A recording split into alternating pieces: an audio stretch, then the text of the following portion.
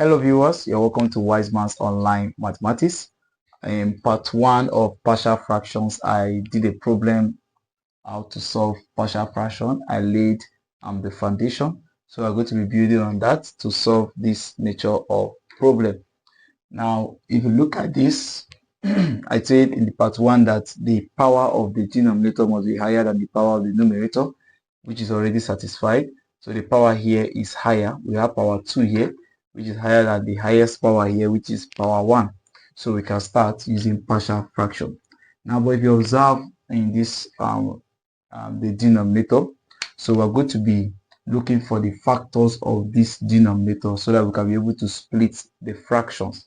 So we're going to take out this 6x squared somewhere, 6x squared plus 5x plus 1, and go and look for the factors. So we're going to go and factorize it. So we have 6x squared plus 5x plus 1.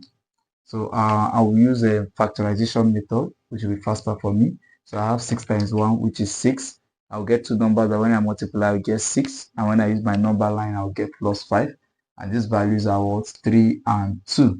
So I'll have 6x squared plus 3x plus 2x plus 1. So then I'll factorize. So we have 3x common, which will remain 2x here, which will remain 1. And then plus 1, which will remain 2x plus 1. So at the end of the day, I have 3x plus 1 and then 2x plus 1.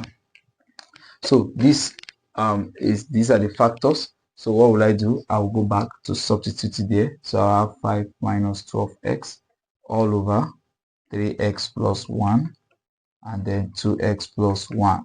So the partial fraction form will be a over 3x plus 1 plus b over 2x plus 1.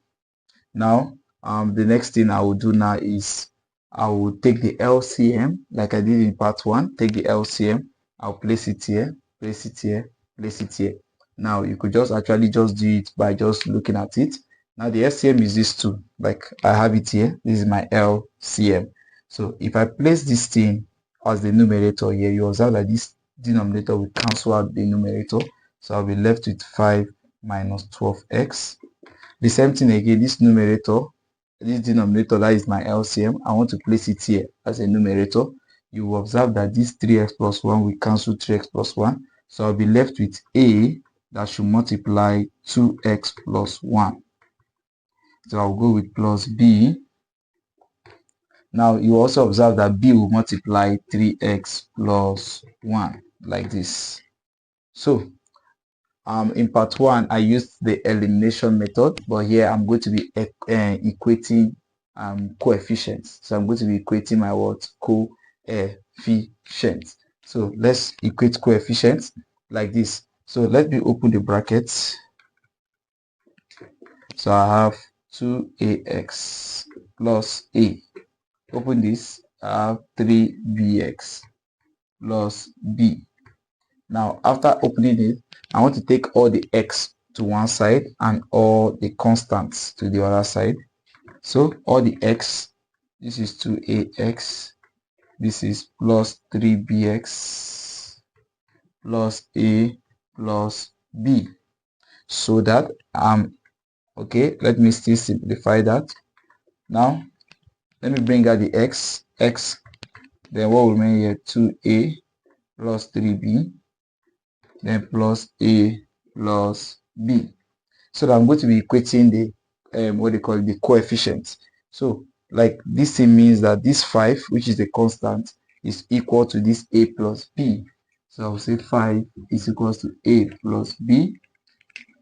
This one that has the x is equal to the values of ones that have the x. So minus 12x. This is minus 12x is equal to what? Is equal to your x a plus b, like this. No, 2a plus 3b, 2a plus 3b, like this, so that my x will cancel out x, right? So I have 5 plus a plus b, 5 equal to a plus b, and I have minus 12 equals to 2a plus 3b.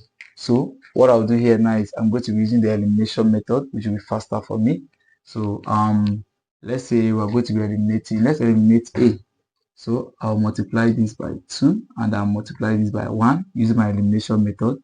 I have 10, 2 times 5, I have 10.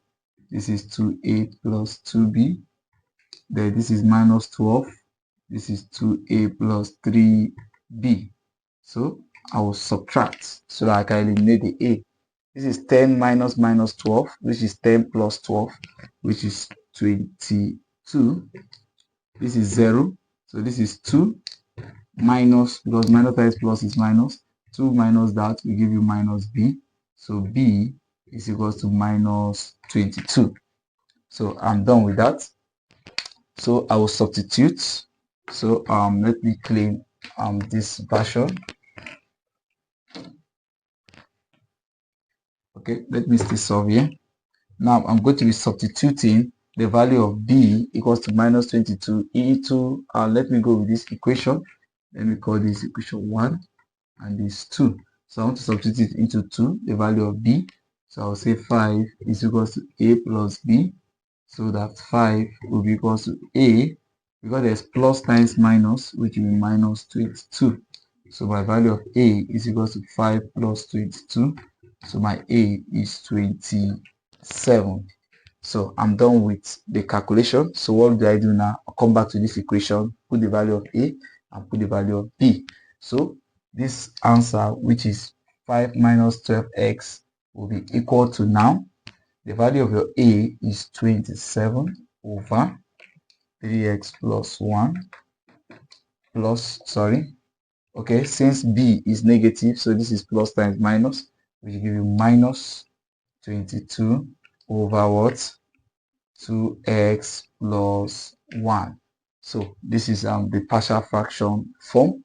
So in my next class again, I will show you another problem on partial fractions. Thanks for watching. Bye bye.